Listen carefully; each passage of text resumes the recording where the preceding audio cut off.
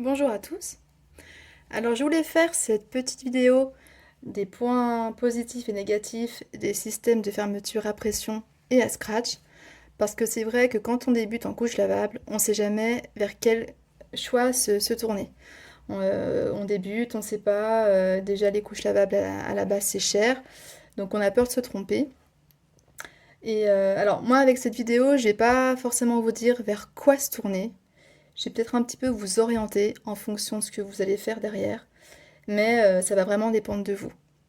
Est-ce que c'est seulement papa ou maman qui vont changer les couches lavables? Est-ce que c'est papy-mamie ou une nounou? Également, est-ce que ces couches-là, vous voulez les revendre après ensuite d'occasion? Ou est-ce que vous voulez qu'elles fassent plusieurs de vos enfants? Voilà, ce sont peut-être les réponses à ces questions vont peut-être vous orienter vers l'un ou l'autre de ces systèmes. Alors, je vais commencer par le système à scratch. Donc déjà, il faut savoir que certaines marques ne font que des scratchs. Vous avez Bambino Mio, vous avez Totsbot, vous avez Boom Diapers, vous avez Bambinex qui font que des scratchs. Et d'autres marques ne font que des pressions. Par exemple, vous avez là la marque Elia. J'en profite pour vous montrer leur design comme ils sont super beaux. Vous avez la marque Bébéla, vous avez la marque Happy Afrique, Mama Koala, et vous avez des marques qui font les deux, comme la marque par exemple Popin. Qu'est-ce que vous avez d'autres qui font les deux Petit Lulu aussi fait les deux options. Donc voilà, en fonction aussi de la marque, sachez que vous n'aurez pas forcément le choix de l'un ou de l'autre. Donc les scratchs, hein, le gros avantage des scratchs, c'est que c'est hyper facile d'utiliser pour ajuster notamment la couche sur bébé. Quand vous mettez bébé dans la couche, vous fermez. C'est comme une couche jetable. Si vous vous êtes trompé d'ajustement, vous descratchez, vous rescratchez. C'est vraiment très facile, ça va très vite. C'est l'idéal, hein. Si vous confiez votre bébé à des grands-parents qui sont un peu sceptiques sur les couches lavables, qui sont déjà moyennement pour motiver à les utiliser sur votre bébé ou une nounou, c'est vrai que les scratchs, pour le coup, c'est l'idéal, hein. Ils n'auront pas trop à se poser de questions. Voilà. Alors par contre, un gros inconvénient, c'est que les scratchs ne restent pas dans l'état neuf comme ça très longtemps.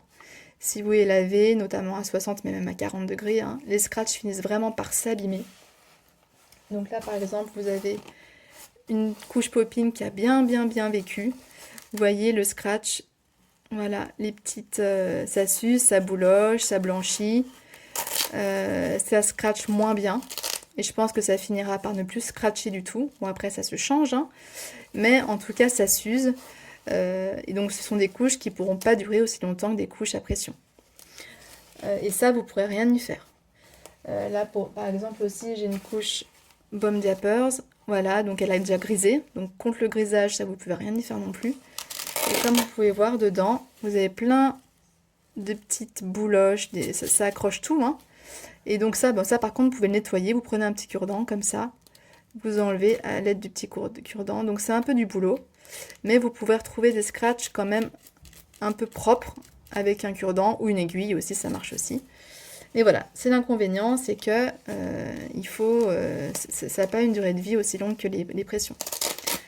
Un inconvénient aussi, c'est qu'il faut bien penser à fermer les scratchs comme ça quand vous mettez votre couche à la machine à laver ou quand, alors moi ça m'est déjà arrivé, la nounou, elle n'a pas pensé à fermer comme ça et le scratch s'est agrippé sur les autres couches et en a abîmé certaines.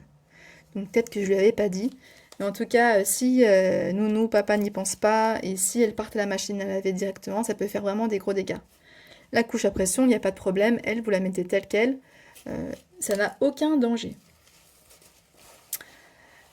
Donc voilà, si vous voulez revendre vos couches avec des scratchs, donc soit vous les revendez bien moins cher, hein, puisque on voit clairement que les couches ont été utilisées.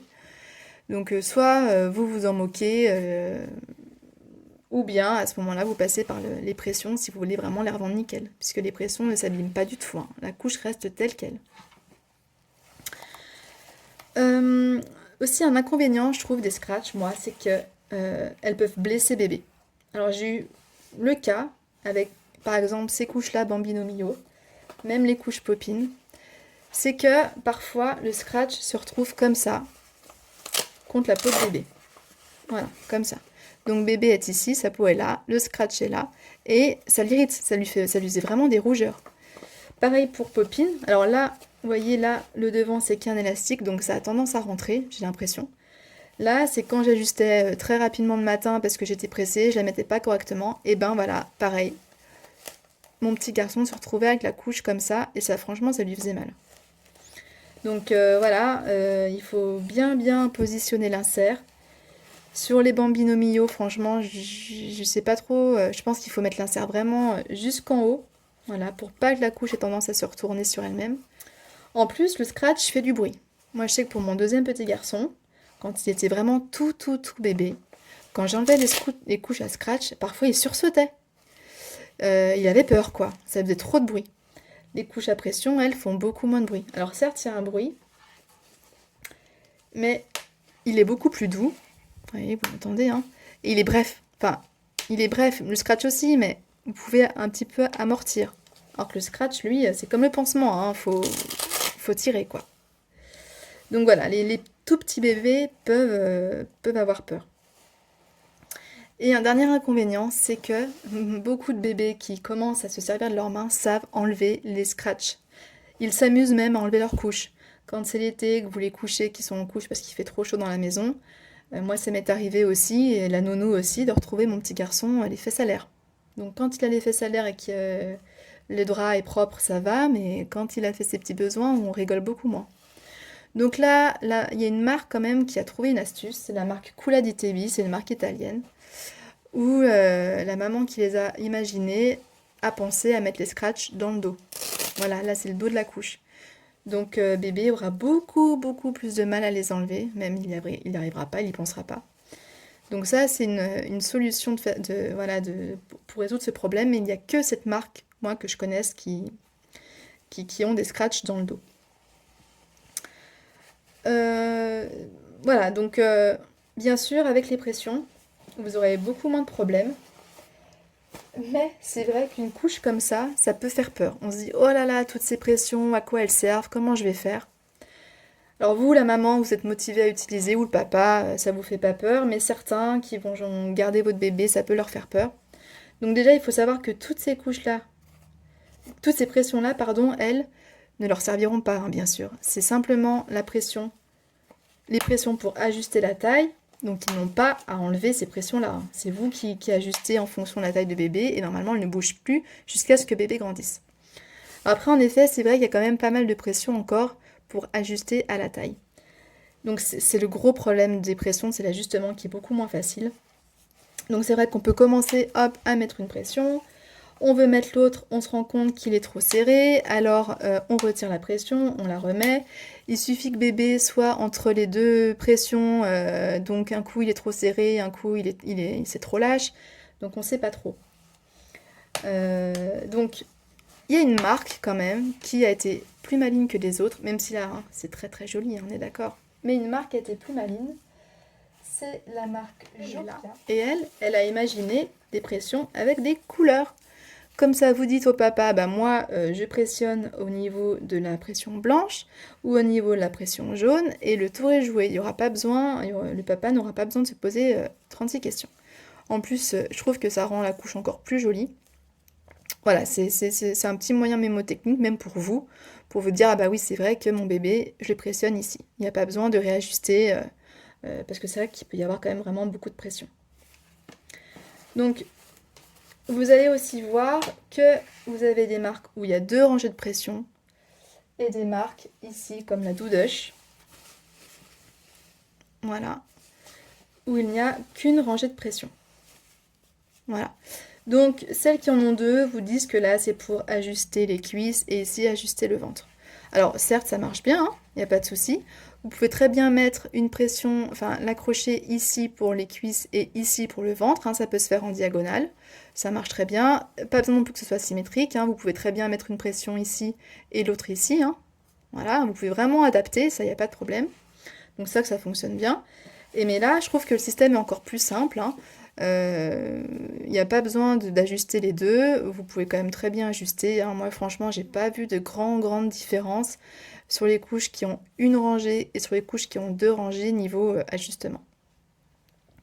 Donc vraiment, mon point négatif, l'ajustement. Euh, et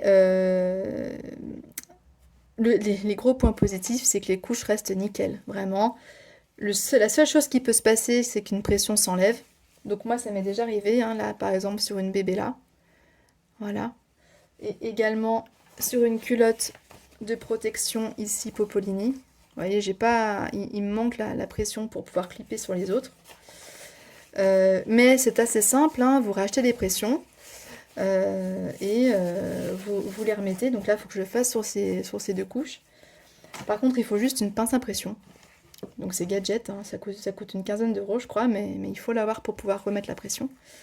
Mais voilà, c'est tout ce qui peut arriver. Donc c'est-à-dire que pour la revente, vous la revendez, je pense, plus cher que les couches à scratch, hein, puisqu'on ne se rend pas compte si les couches sont neuves ou pas du tout.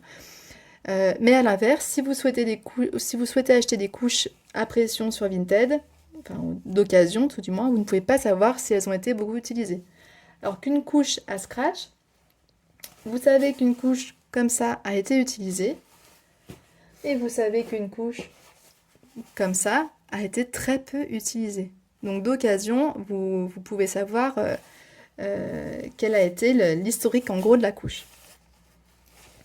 Et aussi, des grands avantages, c'est que les pressions ne blessent pas bébé, pas comme les scratchs, et bébé ne peut pas du tout les enlever. Si vous lui mettez une couche à pression et qu'il est en couche, elle restera en place. Ça, je peux vous le garantir.